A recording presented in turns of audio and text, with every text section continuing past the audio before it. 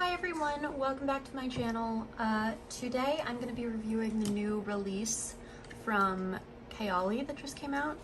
So if that sounds interesting to you, then please keep watching, subscribe to my channel, and like this video. Thank you. Today I'm going to be reviewing the new release from Kayali called Utopia Vanilla Coco 21. So here is the packaging for Utopia Vanilla Coco 21.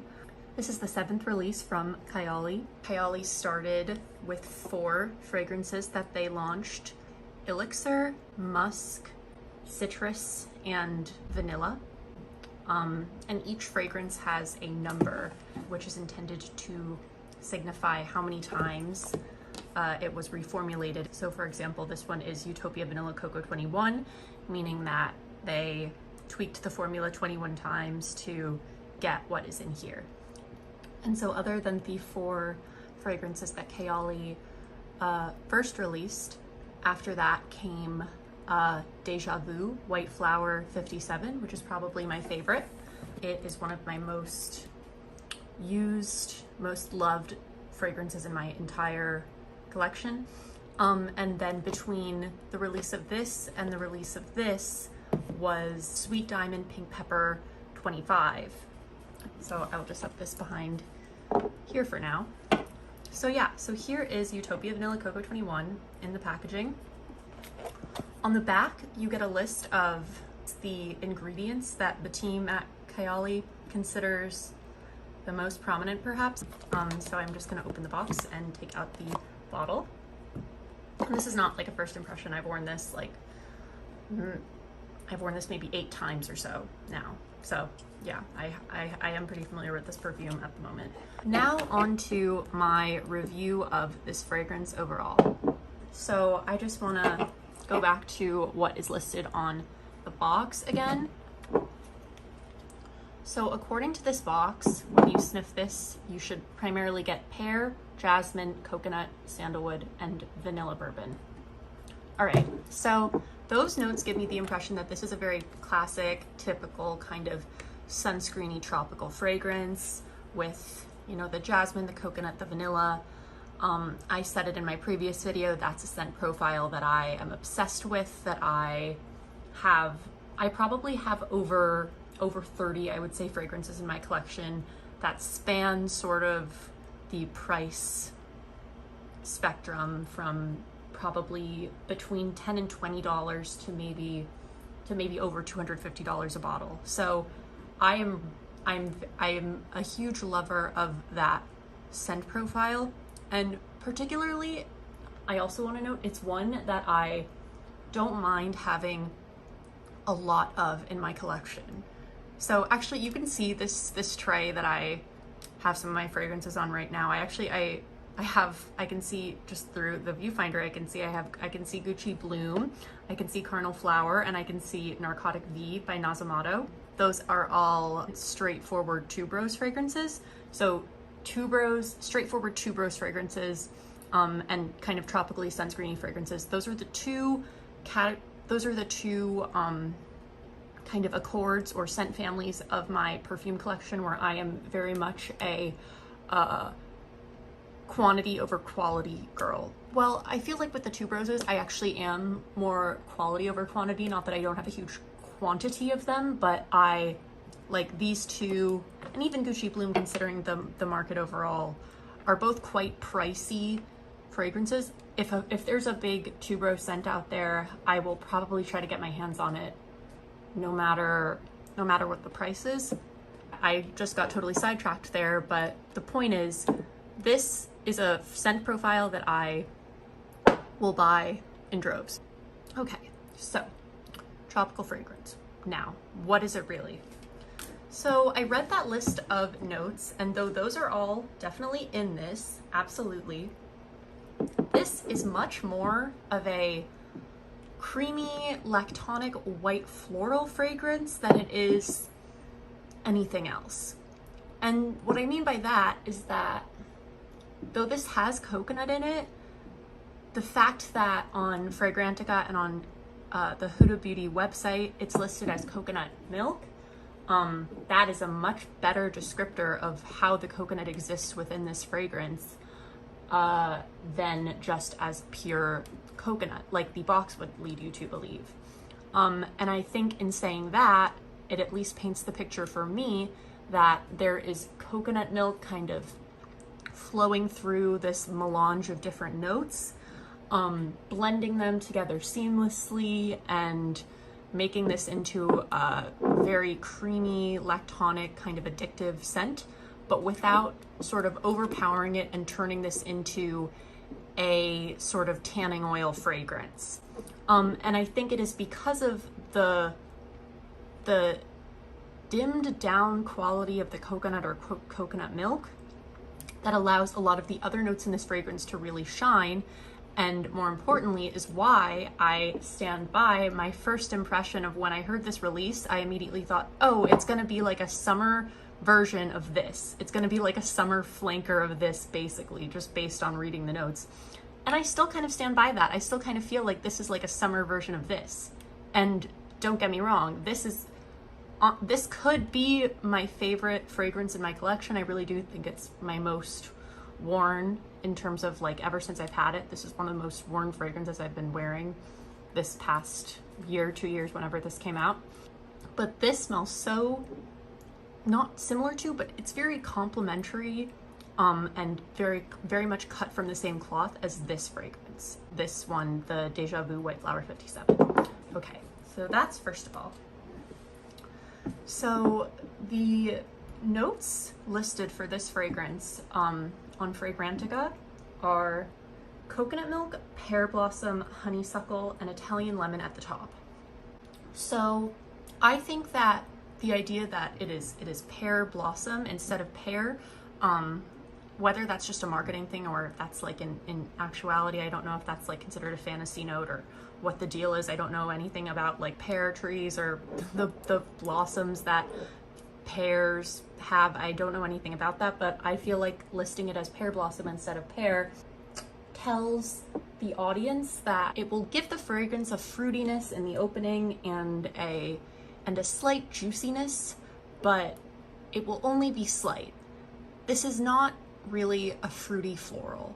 I feel like when pear is added to fragrances at the top, it just gives a beautiful sort of juicy, mouth-watering quality to the fragrance. It doesn't necessarily alter the scent too much. It just adds this quality of juiciness to whatever other notes might be in the fragrance, which I think is very pleasing to the nose. So you actually find, I believe this has pear in it, and I think you get the same effect in this fragrance. The pear added does not really affect my perception of the other notes in this fragrance. It just adds this mouth-watering, juicy quality that I think makes this all the more appealing. This is Angelique Noire by Guerlain. And this is a green vanilla fragrance. This is not a video about this fragrance, but I just wanted to show it for sort of comparison's sake. This is basically a green musky vanilla fragrance. This is one of my favorite vanilla fragrances out there. It has pear at the top, and I think what the pear does, again, it doesn't alter the notes or the composition or anything, any of the other accords in the fragrance. All the pear does is the pear adds mouth-watering, watery juiciness to the composition of the perfume overall. That is the role of the pear in this, that is the role of the pear in this, and that is the role of the pear in this. And that is generally, I think, how I like pear to exist within my fragrances. Anything more than that, and I think it can go shampoo-y, and I think it can make a fragrance have a very sort of shampoo scent vibe to them, and that's not necessarily a bad thing, but it's just not my thing. It's not what I'm looking for in my fragrances. It's not what I'm looking for in my fresh fragrances. So that's kind of what I get from the top of this. You have the pear adding a juiciness, but not much flavor or not much of the scent of pear or not much fruitiness to the opening of the fragrance. And you get the, and I definitely get I definitely get the honeysuckle as well from this. It might not even be honeysuckle that I'm smelling, it might just be the other sweet elements, but honeysuckle always adds a dimension of a slight honeyed quality to the perfumes it is found in. And I definitely get that from this sort of slight hint of a honeyed, sweet in the style of honey, accord to the top notes of this fragrance. In the mid, you get tuberose, gardenia, jasmine, sambac, and ambrette, and I totally get that. As I said before, I really do think this is primarily a white floral fragrance. Looking actually at Fragrantica again, that white floral is listed as the top accord in this fragrance, as opposed to like vanilla or coconut or sweet or lactonic, which are other main accords in this fragrance. So that like melange of various white florals is pretty much the same as what you find in this. Sniffing these two fragrances and having them, you know, dry down, really the main difference in them is just the prominence of coconut in this one. I'm just gonna spray them again. Oh, I love that sprayer. It's an amazing sprayer. All perfumes should have sprayers like these Kayali bottles. And then I will just do the Deja Vu as well.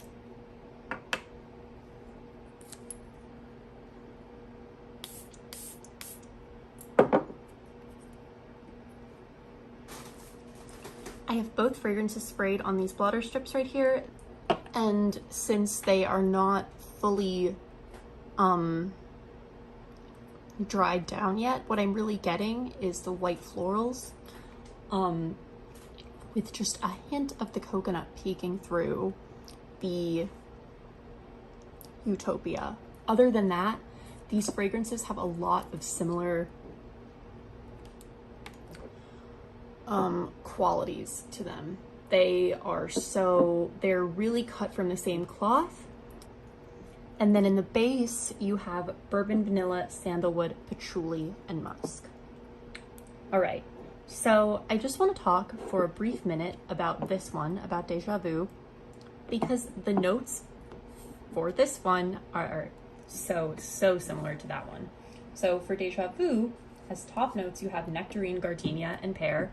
And so as I already said, the nectarine and the pear both really serve to just add this juiciness and this fruitiness to Deja Vu. This one is definitely more fruity than this one. It's definitely more of like kind of a fruity floral, at least in the opening. The opening of this one actually reminds me of a lot other sort of fruity floral fragrances out there, just with the kind of juiciness of that kind of opening. It's almost a little bit like the opening of like Viva La Juicy, or the original Juicy Couture fragrance. The mid notes, you have orange blossom, jasmine, and tuberose, a melange of beautiful white florals. That's really all there is to say about that. Yeah, gosh, I love this fragrance so much. And then in the base, you have Tahitian vanilla, patchouli, cashmere wood, and sandalwood. So these fragrances have like incredibly similar pyramids, other than the coconut that's in this one. And I think that's really what it comes down to with this. It's the touch of coconut that really transforms it into kind of the summer version of this one, of my beloved Deja Vu White Flower 57. It is a true tropical fragrance, as I said before, but it's not a coconut or like manoi oil balm. It doesn't smell like tanning oil. It only has a little bit of coconut in it, which I think makes this much more potentially pleasing and likable to the average person who is probably not as like addicted to like coconut tropical scent profile fragrances as like I am, for example. It is soft and sits close to the skin for the majority of its life. So I think when all the times I've worn this, I could smell it for maybe like probably over 7 hours. And it definitely projects when you first spray it. It will fill a room. I actually sprayed this and my roommate could smell it out on the balcony that's like 15 feet or so away from where I sprayed it. So that's like fantastic. But it doesn't have that kind of sillage for probably more than maybe 2 hours, I would say. I was watching a video, I was watching Ceylon Cleo's review of this fragrance that she posted when she first got it, and she mentioned that she layered this over Kapari coconut oil, and I think that would be a great way to bring the coconut out more in this, because as I said, it is not incredibly coconut forward, it's more coconut plus white florals. So I think that would be great if you want to get more coconut out of this than it's giving. But again, as I've said, these are so similar, and because of that, these go so well together. I think this one, if I had to compare them, is slightly more woody or heavy in the base. It probably has more patchouli and vanilla and sandalwood in it than this one does, even though they both have those. And so when I've layered these two, I've done this one first and this one on top. But I think really, because they are so similar, it really doesn't matter like what order you do that in. These layer really, really beautifully together. And though I feel like I've said a lot in this video how similar these two are, I really do think it is worth having both because they're different. The thing about them that is different is the thing that this is telling you it is. This says it is a coconut fragrance, it's a summer fragrance, and coconut is the thing that makes it different from this one. I think also because of that, although I would be fine wearing like a coconutty fragrance in like the winter, I feel like the majority of people probably wouldn't want to wear that kind of thing in the winter. And so I really do think these kind of go hand in hand in terms of like seasons. If you wanted, I bet you could wear this to whatever occasion you wear this to, but maybe this one in like the summer, spring, this one in the fall and winter. They're so complementary of one another. And if this was called like Deja Vu Vanilla Coco or something instead of what it is, and if it was literally called like a flanker of this one, I would totally believe it, and I would totally be like, oh yeah, they hit the ball out of the park on that one. That's literally what this fragrance is. So that concludes my review of the Utopia Vanilla Coco 21 new release by Kayali. Please leave me a comment below if you have tried this fragrance and what you think of it, or if you haven't, let me know as well. And if you want to, maybe you've only tried this one or you want to try this one, let me know what you think about that as well. I would love to continue talking about these perfumes in the comments. And yeah, so that is today's video. Thank you so much for watching. I hope you are having a wonderful day whenever you see this. And bye, see you in the next one.